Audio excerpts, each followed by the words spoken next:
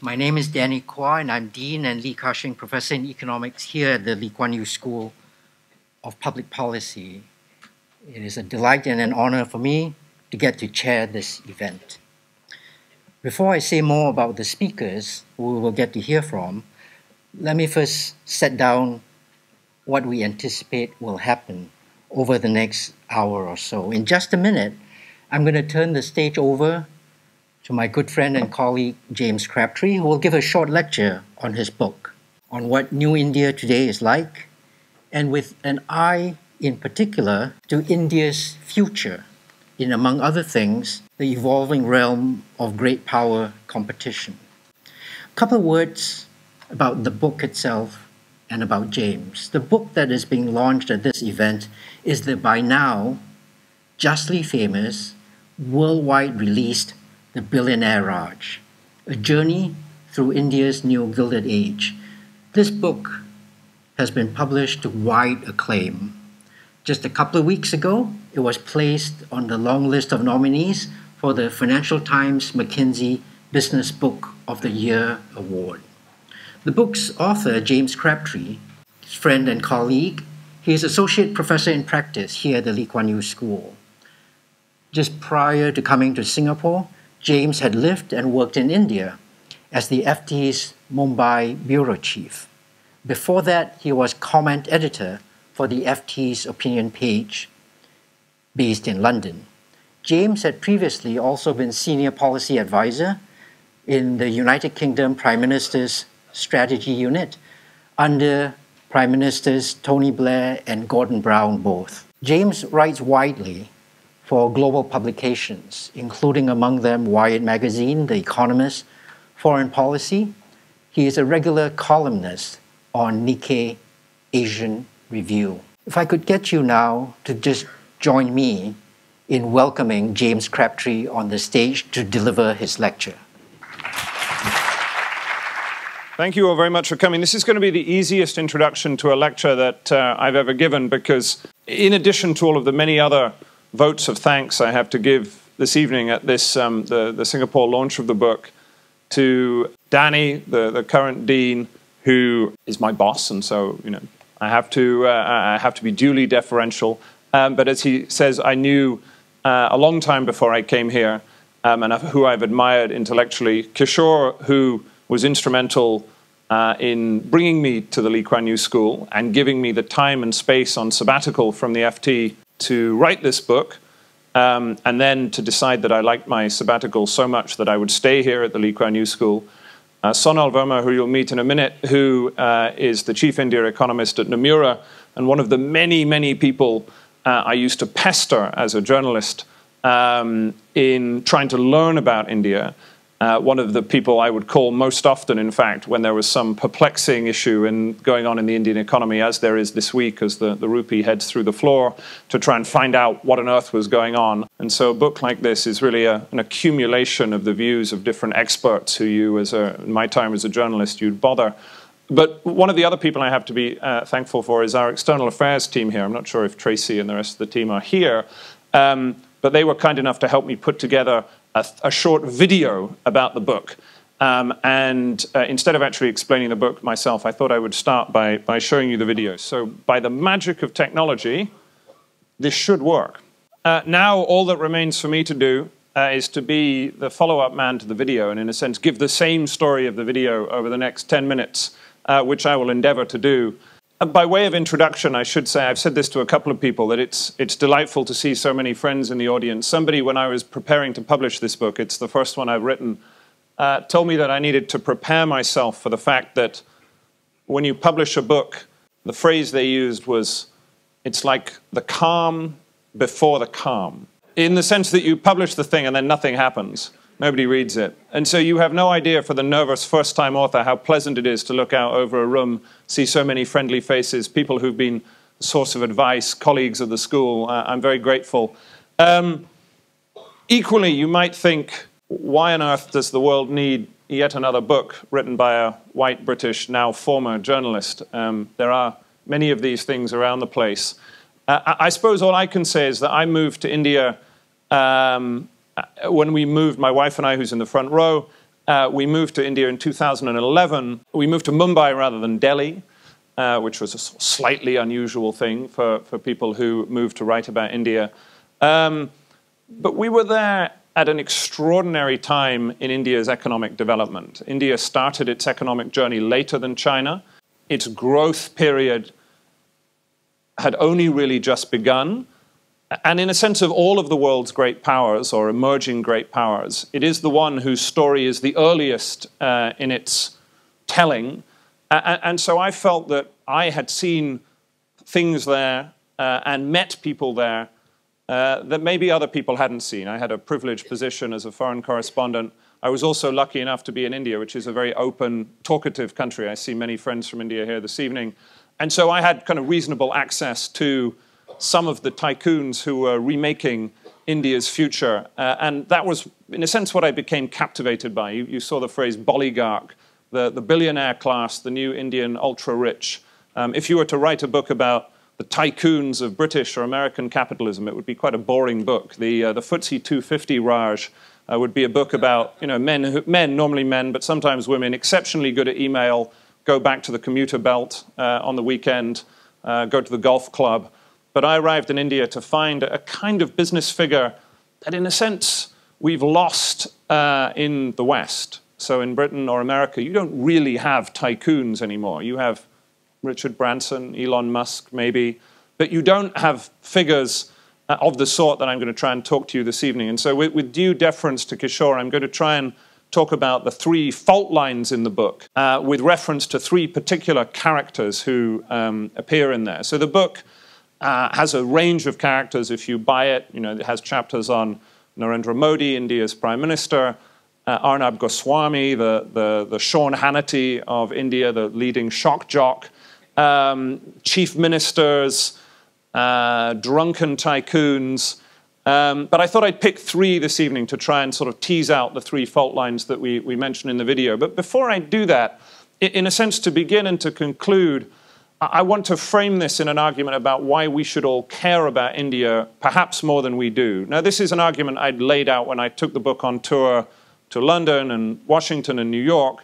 I suspect here in Asia it's a more obvious argument. But at a time in which many of the emerging powers in the world, and particularly China, are, I would argue, heading politically in the wrong direction, and this is something where we may have a discussion afterwards, but as China in particular slides backwards into a form of sort of neo-Leninist autocracy, then we all have an enormous stake in the future of India. This enormous democracy, parliamentary democracy, has the prospect of achieving something that actually sounds quite benign when you think about it, that by the middle of this century, India could be a upper middle income parliamentary democracy with a population of something like 1.5 billion people, with the rights that are written in its constitution that protect the rights and the positions of minorities, and which could become, and I think is likely to become, one of the world's 2 or 3 most important nations. And if that were to happen, then that would be a great thing, not just for India, but for the rest of the world. On the other hand, if India were to head in a different direction, as at various times in its recent history, there have been little signs that it might, then that would be an enormously consequential turn. And so I suppose I would say this, wouldn't I, as somebody who's just written a book about India, but I think that learning more about the internal politics of India and the direction of its system of governance and capitalism is something not just that at public policy schools, but that all of us have a huge stake in, and that this will happen over time, that we will come to know the internal politics of India and China as closely as we know the internal politics of America, but that in a sense we all ought to spend more time learning about this country because the direction that it takes will have an enormous impact on the future of the world. That having been said, let me just flesh out in the time that I have these 3 main fault lines that run through the center of the book and talk about 3 of the characters. So you'll see, if I can't go backwards because you'll play the video again, but you'll see that the book that is for sale outside for a very reasonable 25 Singapore dollars, it can be autographed by the author, so if you want to get one, actually has a different cover in the United States. I can answer the question as to why that is in the questions if you're interested. But on the cover, you have Antilia, the home of Mukesh Ambani, who is India's richest man and indeed Asia's richest man. And to my mind, this is the symbol of what I call India's new Gilded Age. It's a remarkable building. When I first landed in Mumbai in 2011, I was picked up by a driver and driven south through the city. And I passed through this building. The driver pointed out of the windscreen and sort of looked up towards Antilia and said, "It's the Ambani house." And basically, I saw it every day, once or twice, for the next 5 years. That you can't really miss it in the city. It's called the billion-dollar home. Nobody knows how much it really cost. It was built in the mid-2000s. And it sort of stands as this icon of the new wealth that has been created at the very top of Indian society. These were the original plans. It doesn't actually look like this. It was designed originally as an eco tower, but they got rid of the eco bit, so all the green stuff has gone. It was meant to have 3 helipads, but in one of the few victories of India's stubborn bureaucracy over wealth, the military didn't let them fly helicopters, so the helipads at the top are unused. This is what it looks like. So you can see this is the roof deck where they have their most glamorous parties. This is where they live. Down there somewhere is Mr. Ambani's swimming pool. You have 6 floors of parking, various apartments. Apparently in the middle of there somewhere there's what's called a snow room, which is like a sauna in reverse if you get fed up of Mumbai's blistering summer heat. You can see various bits of this building. It really is a remarkable structure that even in America, Brazil, Russia, China, all of the large, powerful, unequal countries that are remaking our world, there's really nothing like this. A single residential skyscraper, 170 meters tall, for a family of 5, that stands as a kind of impermeable icon to India's new wealth. It's even so famous that this is an image that went round on WhatsApp of a house that was meant to be mimicking Mr. Ambani's house in a suburb of Ahmedabad in Gujarat. The joke on WhatsApp was that somebody's driver had been driving past Antilia and had decided to create one of their own. This is Mr. Ambani's wife.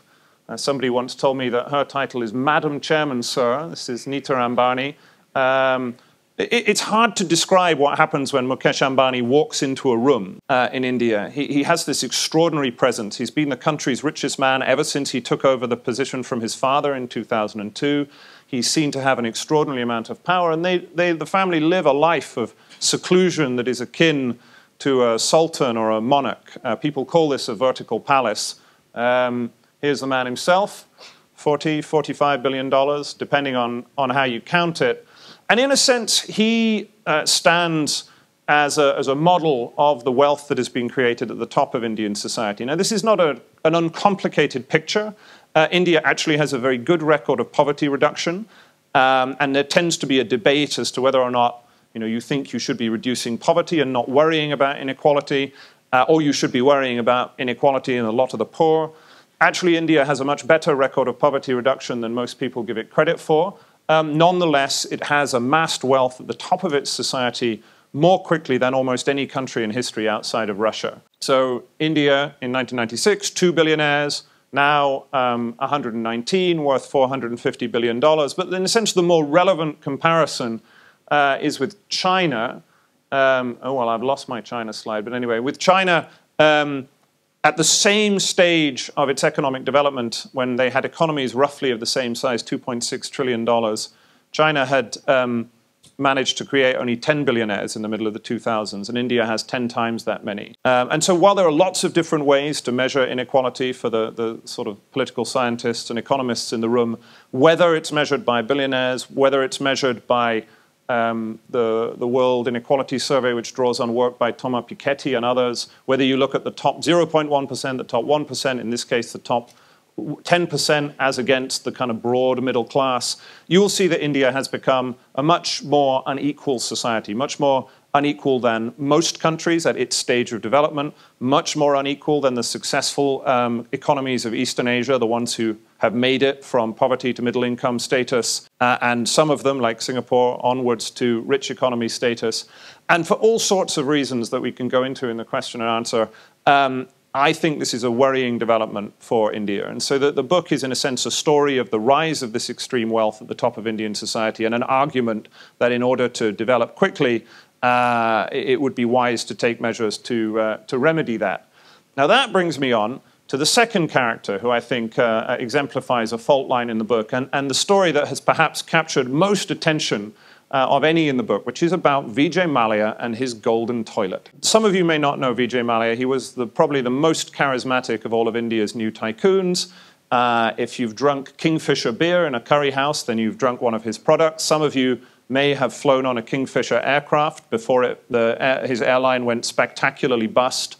If you think of a sort of cross between Richard Branson and Hugh Hefner, you have the sort of figure in your mind, maybe with a little bit of Jack Sparrow mixed in. He's India's most piratical billionaire, now former billionaire. I met him in London, where he now lives in exile. He's now known as the fugitive Vijay Mallya. And I met him, poor man, struggling away in his mansion on the very corner of Regent's Park, just next to Baker Street Tube. Exactly the kind of place you'd imagine a oligarch would live, with sort of even the chandeliers had chandeliers. It was a pretty extraordinary place. He was feeling very melancholic the day that I met him. That was that he owns, in addition to owning houses all around the world that he can't live in anymore because he's marooned in the UK, he owned a cricket team, and he's particularly a big fan of Formula One. And that day was the day of the Monaco Grand Prix, or the next day was the Monaco Grand Prix, and he was going to have to watch it on television. Can you imagine the indignity at his second mansion in Hertfordshire? And he's feeling very sorry for himself. But anyway, so I went to the toilet. It's one of my rules of being a journalist is wherever you are, go to the bathroom. It tells you something interesting about the character of institutions, how much they choose to pay on the rooms that many times often people don't visit.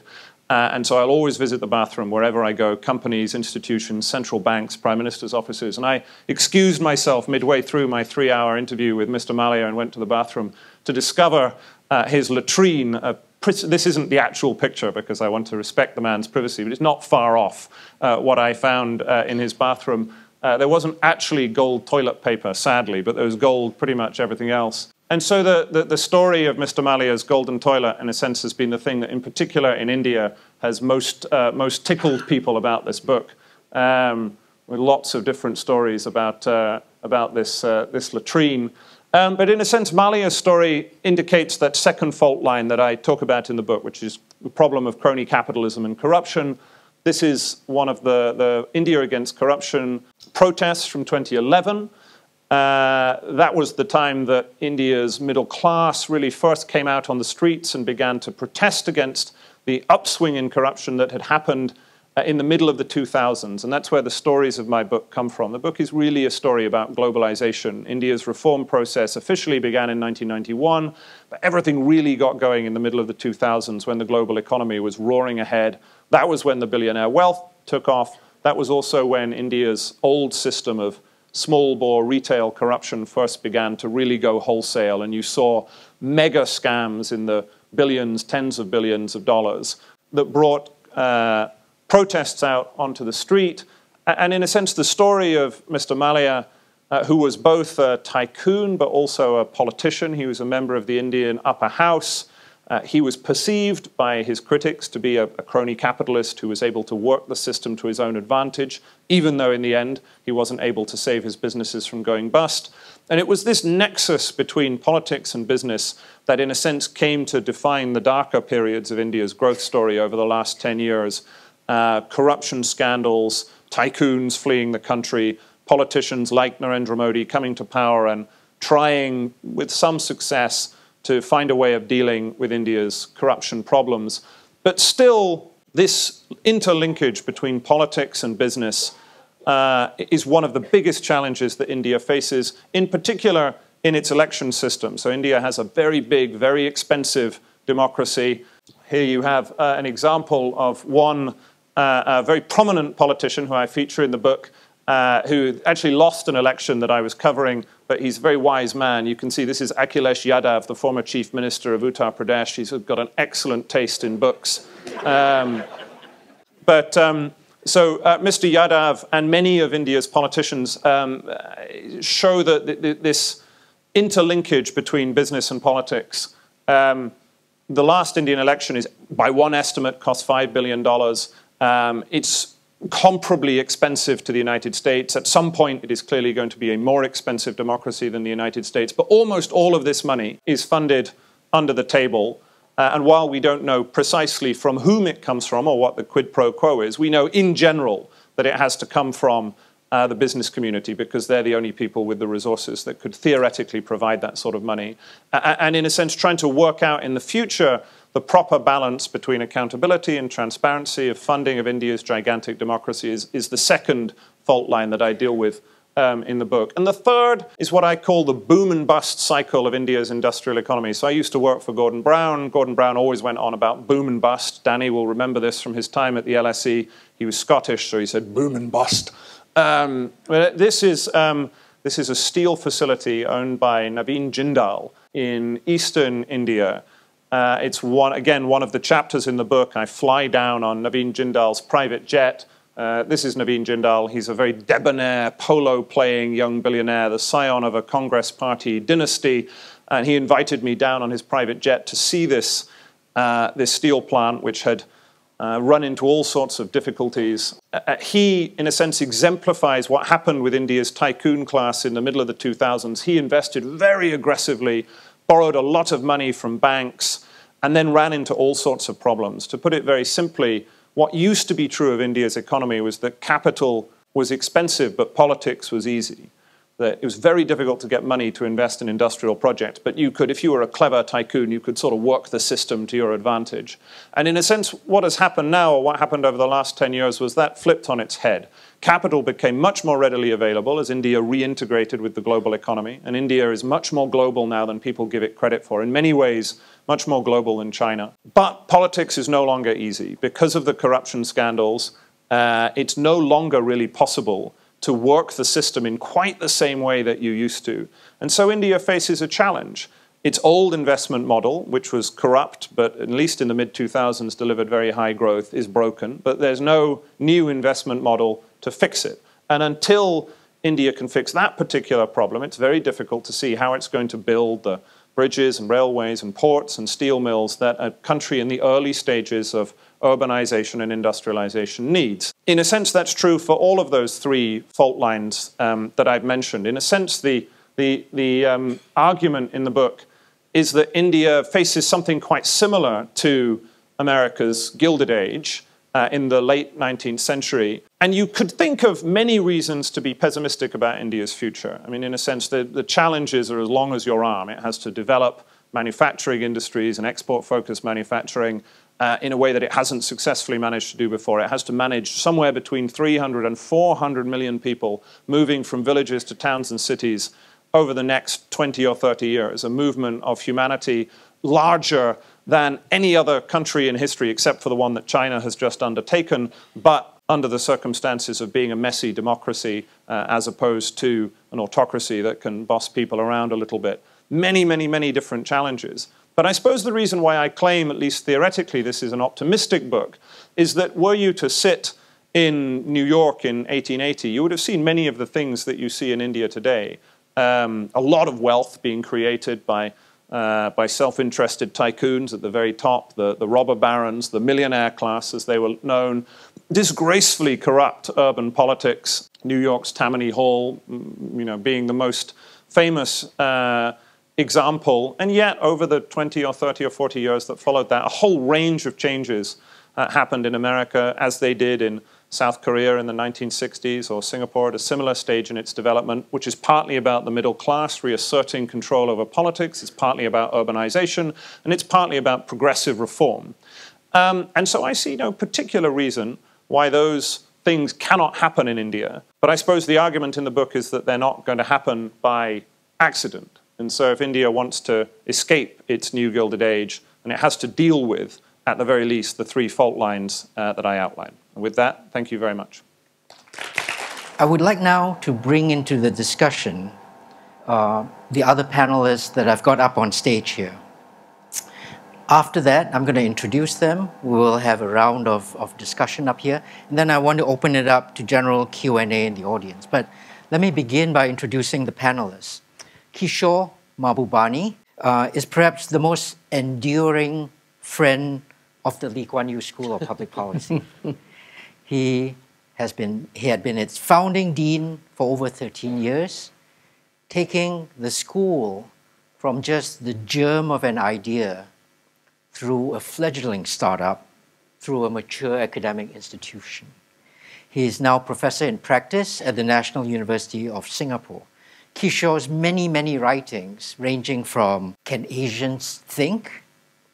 To Has the West Lost It?, have in turn endeared him to all of us and provoked all of us to think more about the changing global landscape of power and narrative. Next to him is Sonal Varma, Chief India Economist at Nomura. Sonal is based here in Singapore as part of Nomura's global research team. She too contributes regularly to news media and is regularly named the top forecaster and the #1 research analyst for India by ratings agencies worldwide. So to begin the discussion, I would like Sonal to begin. I want to pose her the question in light of what James has identified for us, these three grand fault lines, the future ahead. From an economics perspective, will India make it? Thank you very much. I should begin by saying that James' book is as interesting as his presentation was. So on the question of whether India will make it economically, I think, when we think about the economic potential of any country from a purely economics 101 perspective, I think the three key ingredients we think about in terms of, availability of labor, a lot of infrastructure that the country clearly needs. There's massive scope for productivity gains in the country, lots of efficiency gains that the country can do, which are clearly positives, and which support the point that, yes, India can grow at a very fast pace. But I think at the same time, there are certain challenges that India faces. Because unlike China and some of the East Asian countries, clearly the world is moving towards more protectionism and sort of the export-led growth model that other countries have adopted. India obviously has not adopted that model so far, and I think the world environment is such that it will not be able to actually adopt that model going forward. So the question really is, what is India's growth model? I would say I'm optimistic in terms of the next 15, 20 years for India. Some of the challenges that James has identified in terms of crony capitalism, the boom-bust cycle which happened because a lot of political interference of government in banking decisions, a lot of this has actually stopped already. I think there's a lot of focus on infrastructure development ongoing right now in India. But in terms of getting back to the question that I posed, what is India's growth model? If you don't have the export-driven growth model, it has to be a domestic demand-driven growth model. Now, clearly, as far as the demand opportunity is concerned in India, the consumer base that is there, the infrastructure requirement that is there, is actually sufficient for India to grow at a fast pace.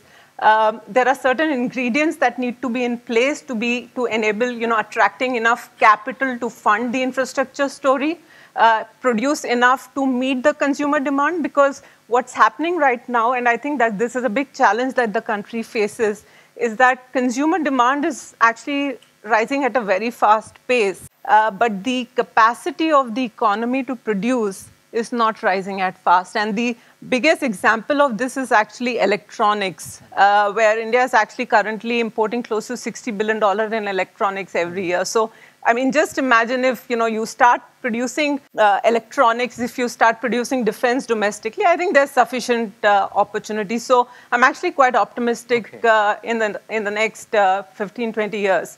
But I think the challenge starts after that. And the question is, how does India escape the middle income trap? And there, I think, the reforms that are required have to be such that the economy should be able to grow despite the government in power, despite the political setup in power.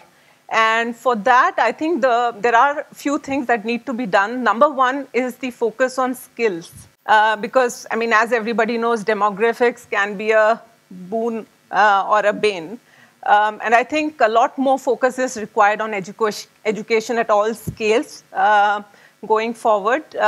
We need the institutions, to be in place. We need a proper law and order to be in place. And of course, we need first-class infrastructure to be in place. So overall, I think, like I said, I am optimistic, but it's not a given.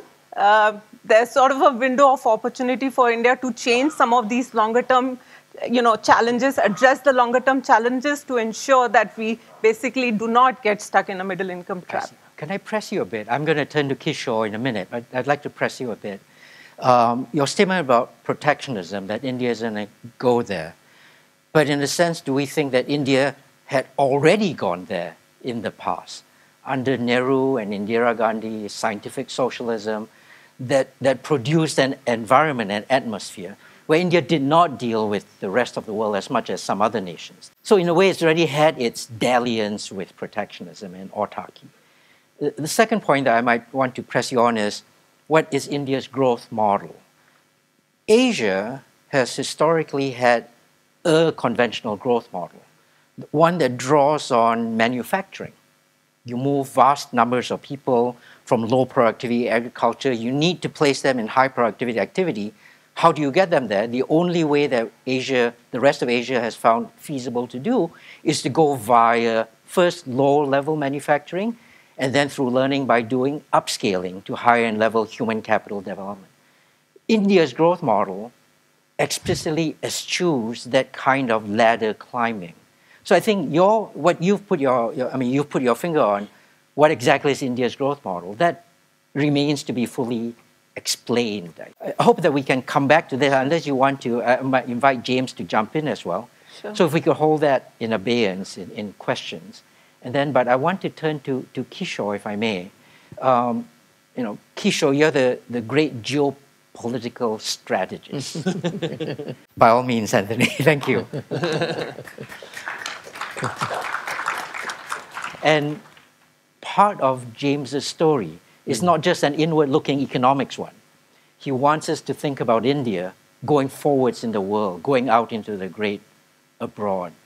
How do you see that? If I pose the same question to you, will India make it, but in geopolitical terms? How do you see the India story? Okay, first of all, let me say it's such a pleasure to be back, Danny, and I really thank you very much for your warm welcome. As you know, I was here a few months ago or so myself. And I also want to congratulate James on his book, which you can see I read carefully. And it's an excellent book, and it's a great fun to read. So I'm happy to commend it to you. So to answer your question, will India make it? I'll go back to my bad old habit and make 3 points. And I am absolutely certain that India is going to make it. I don't even have a shadow of doubt. And why not? Well, 3 reasons.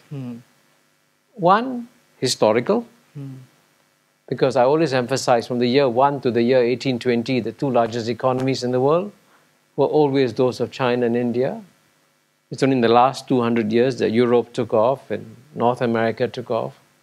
So if you view the past 200 years of world history against the backdrop of the past 2,000 years of world history, the past 200 years of world history have been a major historical aberration. All aberrations come to a natural end, so the return of Asia is perfectly natural. And today, even today, in purchasing power parity terms, PPP terms, the number 1 economy is China, number 2 is United States of America, number 3 is India, number 4 is Japan. So 3 of the top 4 already are Asian. So what are you seeing is this grand return of Asia, and it'll be powered by China and India, both. That's one reason. Second reason is cultural. And this, of course, is very sensitive, culture, how do you talk about it? So let me use make a point by referring to what I call the most competitive human laboratory in the world, which is the United States of America. Any of you who live in the US know the best minds from Chile, from Argentina, from Eastern Europe, from China and India, they all go to the United States. Now, in the most competitive human laboratory in the world, which ethnic group has the highest per capita income? Is the ethnic Indians. And what is even more stunning is that if you look at the 5 largest corporations in the world, Facebook, Google, Microsoft, and so on and so on, out of the 5, 2 are led by ethnic Indians. And you know of the other CEOs and so on and so forth. So if you want to understand the potential of what Indians can do, just go to the United States. And it's quite, and as you say in your book, I think somewhere, I remember you talk about someone's son who went to the United States and said, gee, I thought these guys were going to be super smart. They're really not. And so that's a second reason. So in a sense, you want a leading indicator where India is going to be, just watch how the Indians are performing in the United States. And the third reason is that you don't have to be a rocket scientist today to understand how to build a great country, a great company, a great organization. You know, there's been this explosion of what I call knowledge. There's been a diffusion of knowledge. All of us can know what it takes to build a great organization, what it takes to build a great country. And this is where I like your emphasis in the book on Narendra Modi. Because he's a rather unusual person, I must say, by any definition. I mean, most of us, we sit here dressed in jacket and tie, and after this, we long to go for a beer somewhere. You know, that's what all normal people do. And he's the exact opposite. You know, he's the guy who, from what I can read in your book, he works 14 hours a day. And he's very focused. And he's constantly studying what are the best practices around the world and trying to import them. Now, that may not be easy. You can't import all of them. There are all kinds of obstacles and so on and so forth. But by and large, he's trying to figure out what are the right things for India to do and trying very hard to implement them. So it looks as though it's likely that he'll be re-elected. And if he's re-elected, and if India has for 10 years a very strong, dedicated, disciplined leader who tries to do the right thing, I think he'll sort of help to put India on the takeoff path. And when we come back here in 20, 30 years, there'll be no question whatsoever that it'll be a world in which I think both China and India will emerge as the number 1, number 2 powers in the world. Can I invite James to see if he'd like to respond to these points that Sonal and Kishore have made? I mean, very briefly. So I quote many wise and eminent people in the book, including Kishore. And he wrote a very nice op-ed in the Indian Express in 2015 on the first anniversary of Narendra Modi's election as Prime Minister. And in many ways, I mean, I write a lot about Mukesh Ambani, Vijay Mallya, but in many ways Modi is sort of the definitional figure of India's current moment. And so I write a lot about him in the book. There are 2 chapters on him. I go and visit his home village where he grew up in a rather hard-scrabble part of Gujarat. You know, I went to the Prime Minister's office, didn't actually get to go to the toilet, they wouldn't let me. But Kishore in this article made the point which always stayed with me, which in a sense that Narendra Modi, your argument was that Narendra Modi made the multipolar world, that when Modi was elected, it suddenly became, this theoretical idea that we were heading towards a multipolar world became real. Because until that point, you had Putin, but it was kind of hard to see, apart from America and China, it really felt like a duopoly. But when Modi arrived, just at the time Russia was also asserting itself, you had in India a kind of muscular leader who you could sort of take seriously as the head of a great power. Now, you know, I'm more critical of Modi than admiring in the book, as many, I think, Western sort of liberals are. I mean, he has his strong points and his weak points. But clearly he has projected an image of Indian power and capability. India is now taken much more seriously as a potential great power. And I think that is, at some point in the next century, middle of the next century, sort of India's destiny. But Sonal's points, I thought, were very well made, and I deal with some of them in the book. This question of the growth model that India is going to undertake, which Danny also touched on, is in a sense essential to all of this, because either India is going to follow the only model that, well, there are only two models we know of by which poor countries become rich. One of them is you dig up a lot of oil. You know, fair enough, doesn't tend to work terribly well in the long run, but it is one model that you can become very rich. And the second is what happened in Eastern Asia, in which, as Danny said, you move people off the land and into low-skill manufacturing and, you know, up the value chain and so on. And so either India is going to do that, or it's going to do something quite different, or it isn't going to develop. I mean, those are the sort of three options. And I suppose it sort of hangs in the balance. At the moment, Mr. Modi hasn't made huge strides in making it easier to build large labor-intensive factories. He hasn't had much effect on India's export numbers. And so it remains a question as to how India is going to grow. And that is going to make the difference, in a sense, between India becoming like Brazil, sort of, you know, at the moment in India's position as a relatively poor country, being stuck in the middle income track would be terrific. Like, that would be a great achievement, because you've been talking about GDP per capita of kind of where, I don't know, between Thailand and Malaysia, $7,000, $8,000, $9,000. At the moment, it's $1,700. So that we've got decades to go before we have to worry about that. Nonetheless, the difference between India kind of having a very fast trajectory to rich economy status like South Korea or Singapore or Taiwan, or in a sense getting kind of stuck where Brazil or Mexico will be. A lot of that is going to come down to the vagaries of India's growth model. And there remains a lot of work to be done. And I think the three issues that I focus on in the book, the fact that India is far more unequal than most successful industrializing economies have been at this stage in their development, and if it continues on this path, it looks like it's going to become unprecedentedly unequal unless it does something about it. The fact that it has this really knotty problem with cronyism and the relationship between that and its democracy, and the fact that it finds it very difficult to build infrastructure and other forms of industrial development. Those are three really important questions that need to be answered to answer Sonal's question. So, I wonder if I might sneak in a question on my own as well, partly motivated by the geopolitical trend that Kishore has started.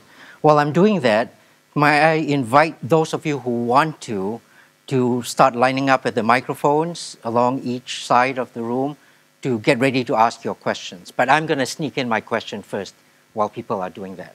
James, in an early section of the book, you talked approvingly of a speech that Larry Summers had given about the rise of India. And you return to that theme at the very end of the book. And the sentence that I'm struck by that appears as a leitmotif both in what Larry said and what you said is, in your words, India's ambition to lead the second half of the Asian century and the world's hopes for a more democratic, liberal future depends on getting things right. Getting things right means repairing these fault lines, making sure that India's future does have this growth model that takes it forwards. I suppose my question to you is, have we gotten it the wrong way around? Are we putting the cart before the horse? Are we putting cause before effect? The reason that the world should want a more democratic, liberal future is that it delivers freedom from these great fault lines. It is not that we should try and repair the great fault lines so that we can have a more democratic, liberal future. The democratic, liberal future is supposed to bring this to us. So in terms of geopolitics, the competition between models, an Asian model of state intervention that does not subscribe to the axioms of liberal democracy, are we trying too hard to make India succeed? I want India to succeed, but are we doing it for the right reasons? It's a great question. I suppose what I would say is that whatever form of modernity India develops is not going to be the same as in any other country. I mean, India is going to, as the other major Asian economies have done, is going to develop a political economy that is unique to its own circumstances. It is, for instance, a far more diverse country than China. It has many more languages, many more ethnic groupings. That's part of the reason why many argue that its democracy has been, in a sense, a necessary condition for a subcontinent that looks much more like Europe than China in terms of its diversity. I mean, I suppose all I would say, there are some in India who have argued from time to time that India should take a more East Asian turn, meaning to become a little bit more autocratic, a little bit more centralized, maybe trade in some of its democracy for faster growth and better infrastructure development. That's a sort of argument that you hear, sometimes made flippantly and sometimes made seriously. I mean, I suppose I'm nervous about that. You can see what happens. You look at a country like Sri Lanka, which has recently, in a sense, tried to do that. And you see what happened under the preceding Sri Lankan government, which was they built some roads, but the political effects were pretty disastrous. And I suppose so. I'm not a great admirer of the economic model that was developed by India's founding fathers. It seems to me that it was, on almost any reading, a bit of a disaster next to the one that was developed here in Eastern Asia. But I am an admirer of the political values that are enshrined in the Indian constitution. And I think it would be a risk, both morally and politically, but also economically, given India's makeup, to think about trading in those values, either for a simply more autocratic form of rule, but in particular for a more majoritarian form of rule of the sort that maybe Mr. Modi, maybe not Mr. Modi, but certainly some of his more extreme supporters believe in. And so in that sense, I'm sort of hoping that India is going to find a way to deliver East Asian levels of growth without an extreme East Asian model of governance, and we'll see whether that is possible. Okay, thanks very much. If I may, can I take questions in a group? We take 2 or 3 questions. So the woman in the back first, with your handphone out already. The reviewer writes, and I quote, "I can't help but agree with Mr. Crabtree that the world's hopes for a more democratic, liberal future very much depend on India getting the transition right." So here's my question. In getting the transition right, Professor Crabtree, how do you see gender parity or gender equality and women playing out in the age of the billionaire Maharani in Modi's India and well beyond? I would like to definitely congratulate Professor Raj, but I have not read the book. I am going and asking these questions based on the highlights which you have mentioned, which I presume is the summary of the book. The first thing which I would like to mention is that based on this assessment, I would say we have not understood India at all. Why I am saying is India took the risk of having a democracy right at the inception with one vote to every adult, which no country in the world has taken the risk. Number 2, India became an IT power from nowhere. And India has the very stable companies like Tata Group, which is today 150 years old and kicking very well. And company like TCS from nowhere has come and become the largest software company in terms of number of people in the world. Next, going further, talking about the future, now the next future is going to be healthcare. And in India has made tremendous improvement by making yoga available to the world. Today in Singapore, at last International Yoga Day, 170 locations performed yoga. And Baba Ramdev has also created a company which is unparalleled in this, and he is a sadhu. And still he has created a huge amount of wealth. Coming to inequality of rich and poor, this is not only limited to India, it is because of the technology which is available today. Walmart is a $500 billion company managing 1.7 million people, and now they have figured out how to get the online right. That would be the first company to cross $1 trillion revenue. And obviously, the richness is something lies with the technology today. It is not because of any economic model. All countries are going to suffer. Your comparison of India of today with China, which is 15 years ago, you are compared with the same GDP value. Lastly, which I would like to say is that India is not India, and which is what Kishore has said. World is India. The top 5 companies, the CEO is of Indian ethnic background. And that itself speaks about India. And the next wave of India will come from India, and that will be on the front of healthcare. Our founding dean and Kishore, 5 years ago, you published an article named India Shining is now a victim of its own hype. Do you remember this? He writes.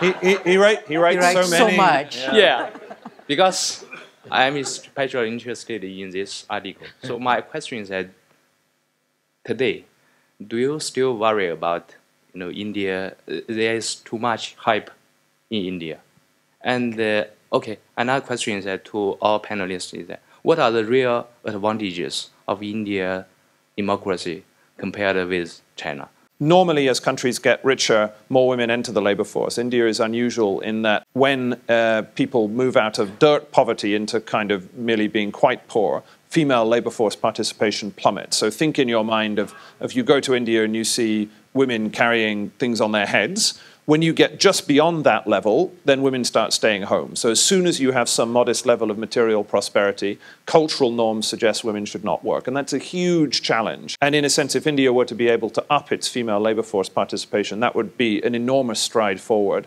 And sort of overcoming this is a big challenge for the country. In a sense, Mr. Premprakash touched on a number of very good points that I have been criticized for in the book for not really focusing enough on the IT wealth that was created in the 1990s.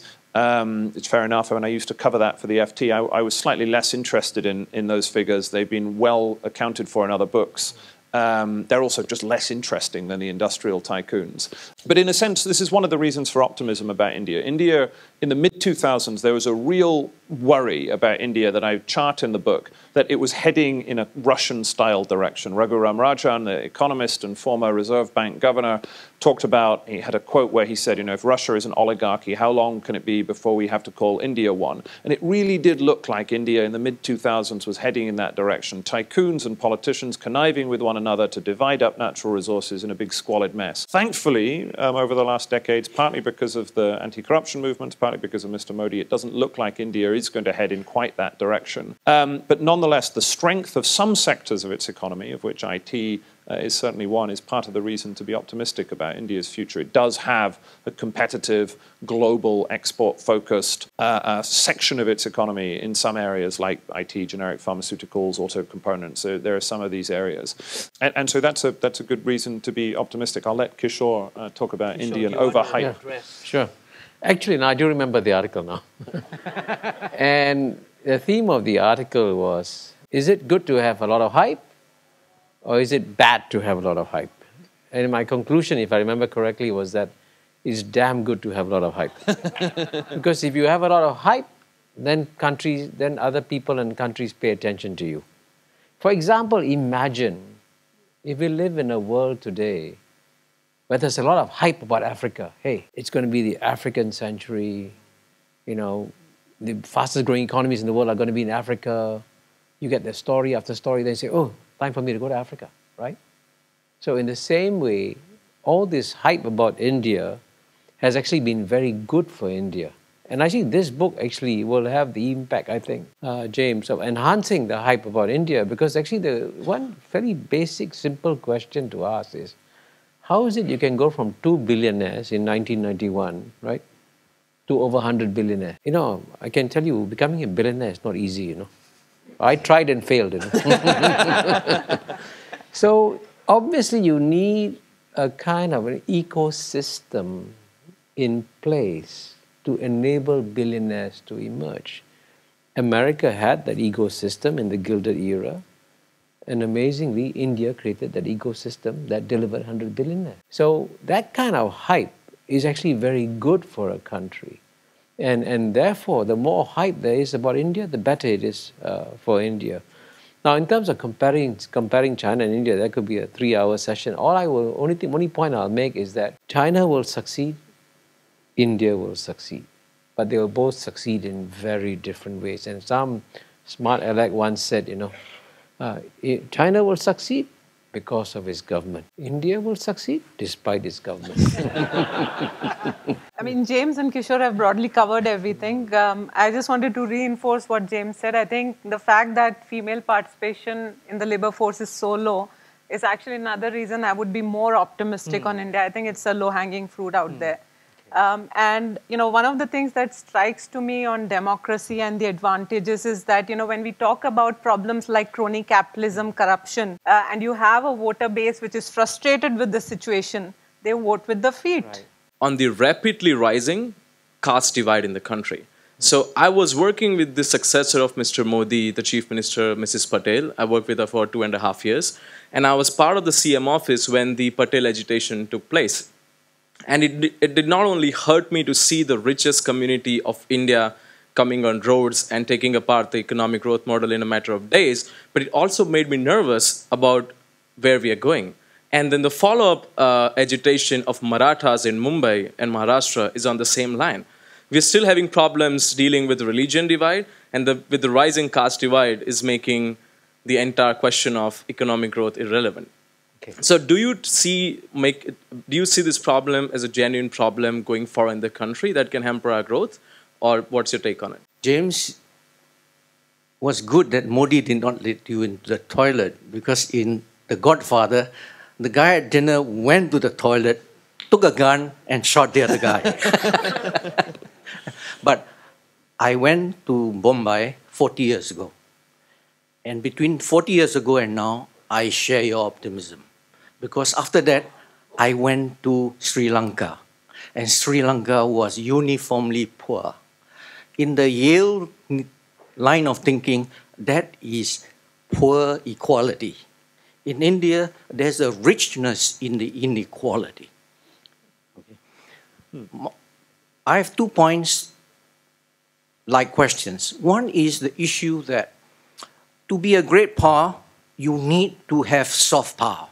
And India is one where in the last 40 years, in soft power, in software and soft power. And soft power is, I went from Mumbai to Ahmedabad by the old traditional railway. In future, you can go by the quick rail. And they have one of the best business schools. And you know what?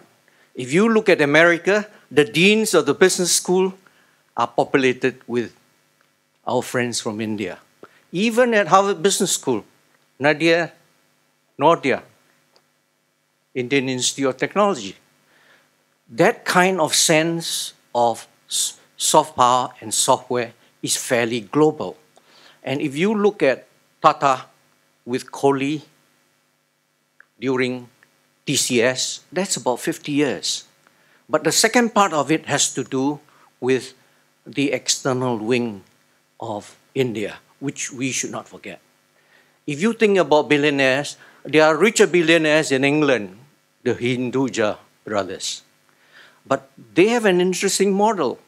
Their engagement in India is as powerful as some of the billionaires that you talk about, and yet they are very global.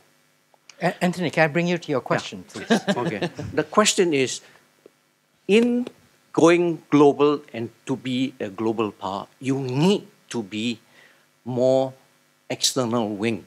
Okay. And one part of the external wing, which I want you to comment on, is on Africa. The Chinese are trying to get into Africa in money and strong terms. But our friend Inderjit Singh, he went to Congo, and who did he meet? Praful Chandaria's group. He went to Kenya, who did he meet? He met Praful's Comcraft in Nairobi. He went to Nigeria, who did he meet? Kalawaram. And they've been there 30, 40, 50 years. Yep. And that is one of the hidden things of India. Okay. Do you agree? So thanks a lot for the presentation, Prof. Crabtree. But while listening to the presentation, I was constantly reminded of another book published like maybe a year before, which is Shashi Tharoor's An Era of Darkness. So the difference between these two books, like it is to me, is that so one book, his book is trying to kind of blame all the current problems in India back to before 1947. While like you're saying, like describing the 3 fault lines, as you mentioned, as a new phenomenon after 1947, right? So, but I think like maybe just to my limited readings on India, I think maybe a more balanced and a nuanced picture is like somewhere in between. So my question is, to what extent do you think that the current problems that you mentioned can be traced to history? Like, so what's really new about the phenomenon, except for their like globalized scales or the multiplied stakeholders? And then, like, is there any really substantial differences in terms of the root causes rather than symptoms? Okay. And then finally, like looking forward to future, what kind of lessons do you think can be learned from the past, good or bad? Can India become Asia's next great power?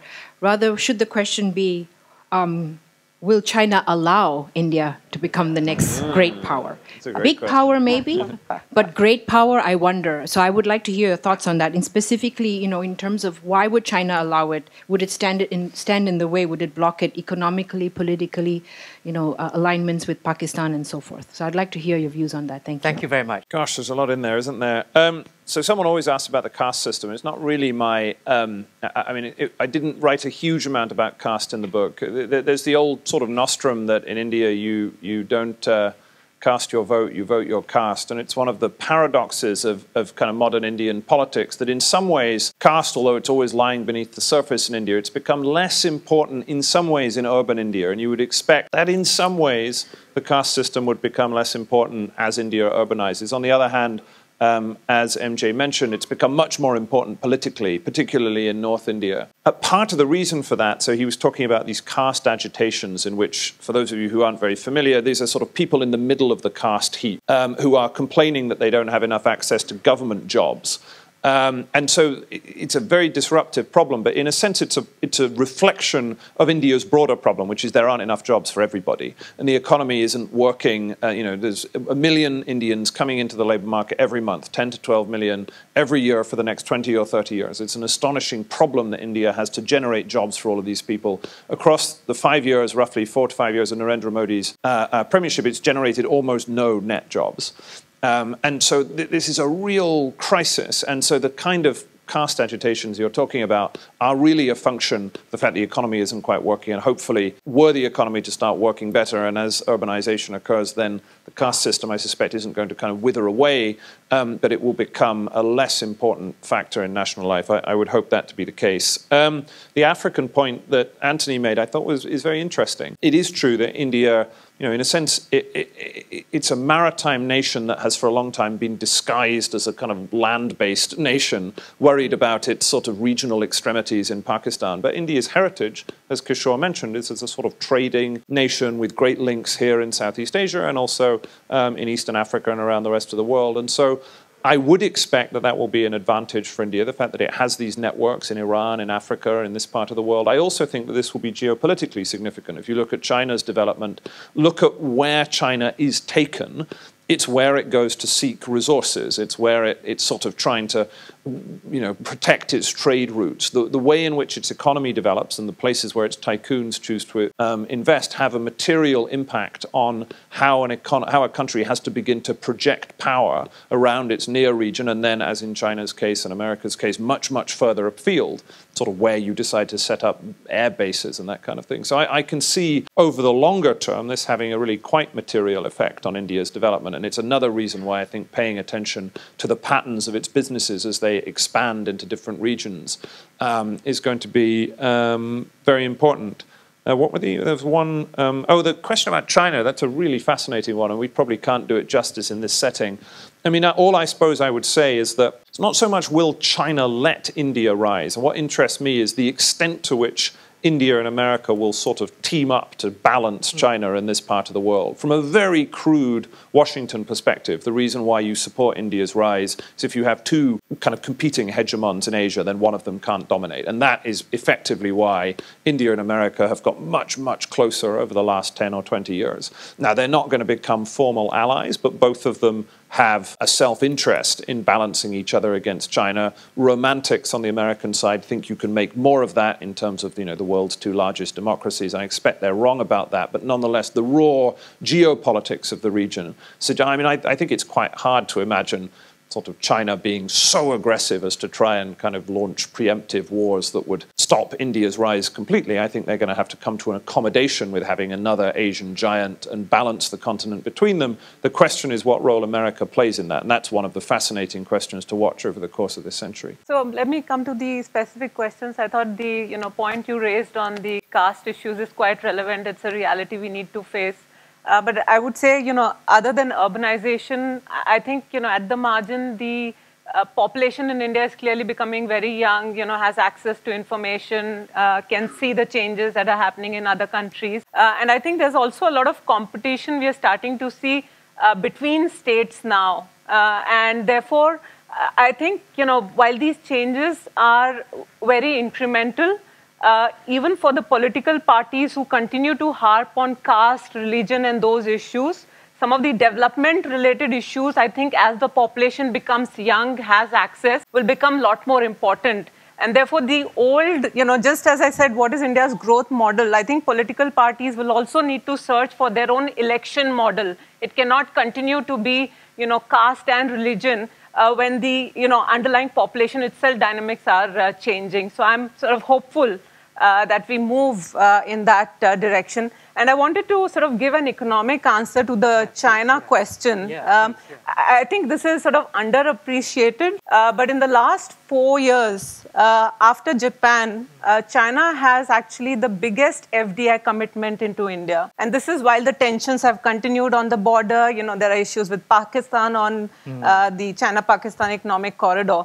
And therefore, the underlying economic sort of pull factor between the two countries, because of the potential that India offers on consumer and infrastructure side, I think is underappreciated. And that will play some role in balancing the tensions, I would believe. Kishore, I mean, again, you can speak to any of these points, but I think I am also particularly interested in your answer on the China question. I mean, it used to be that, among some of the more liberal friends of mine in the West, if I talk about the rise of China and say, well, will America tolerate it? They'd say, what nonsense and claptrap.